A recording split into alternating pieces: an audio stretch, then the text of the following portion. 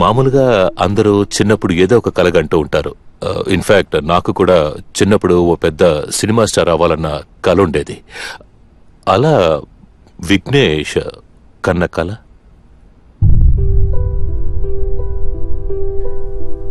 ఒక సాధారణ మనిషిలా బతకాలన్నది నా కల. ఓహో రియలీ? సాధారణం అంటే ఈ స్టార్డమ్ ఇవేవి లేకుండా ఒక సింపుల్ లైఫ్, ఓ నార్మల్ వ్యక్తి బతికేది. రోడ్ సైడ్ బండి దగ్గర నించుని తినాలి, సైకిల్ మీద హాయిగా తిరగాలి, జనంతో కలిసిపోయి నేను కూడా ఒక మామూలు మనిషిలా బతకాలి. అదే నా కల, అదే నా ఆశ. సినిమాలో దొరికినవన్నీ సాధారణ జీవితంలో దొరకవు. మీకు పర్వాలేదా? పర్లేదు. ఆ కలలో విఘ్నేష్ ఎవరు? నా కళ్ళలో నన్ను నేను థియేటర్లో టార్చ్ చేసే కుర్రాళ్ళ చూస్తుంటాను. వాట్? మీరు థియేటర్లో టార్చ్ చేసే వాళ్ళని ఎప్పుడైనా చూసారా? వాళ్ళ మొహం మీకు గుర్తుందా?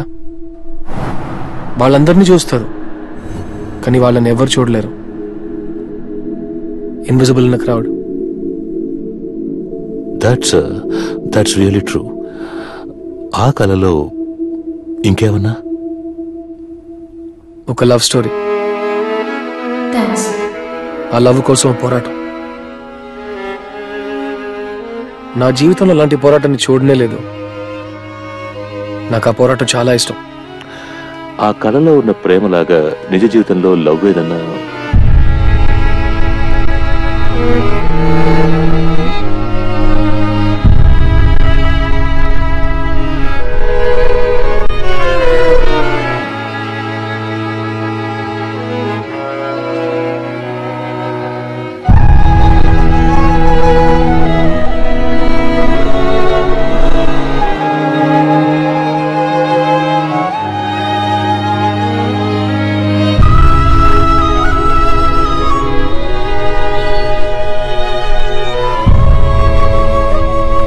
ఆయన తన నిజ జీవితాన్ని వదిలేసి తను కోరుకున్న లైఫ్ ని కలల ప్రపంచంలో బతుకుతున్నాడు సార్. బేసికలీ ఇది అందరికుండే మెంటాలిటీయే. మనకు దొరికిన జీవితాన్ని వదిలేసి మిగతా వాళ్ళలా జీవించాలని కోరుకుంటాం. ఫర్ ఎగ్జాంపుల్, పేదవాడు కారు బంగళ ఉన్న డబ్బు ఉన్నవాళ్ళలాగా బతకాలనుకుంటాడు. డబ్బు గలవాడు ఉన్న టెన్షన్స్ అన్ని వదిలేసి ఒక మామూలు మనిషిలా బతకాలనుకుంటాడు. ఇది మానవ నైజం. లేని దాన్ని గురించి ఆరాటపడ్డాం. తను అలాగే ఆలోచించుంటాడు. అందుకు సైకలాజికల్ గా ప్రిపేర్ అయ్యాడు. Yes sir. సో ఇప్పుడు తనకంటున్న కళ నుంచి తనని మళ్ళీ మామూలు స్థితికి తీసుకురావాలంటే, సబ్ కాన్షియస్ మైండ్ లో బతుకుతున్న తనని కాన్షియస్ మైండ్ లోకి తీసుకురావాలంటే మనం హాలిస్టిక్ అప్రోచ్ ట్రై చేద్దాం.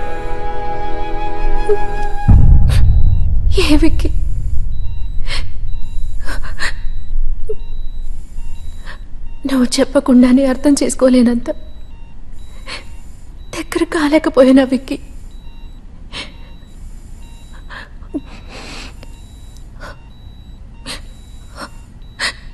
ఈ సినిమా వద్దు, ఒక మామూలు లైఫ్ కావాలని నువ్వు నాతో అనుంటే నేను నటించడమే మానేసేదాన్ని విక్కీ.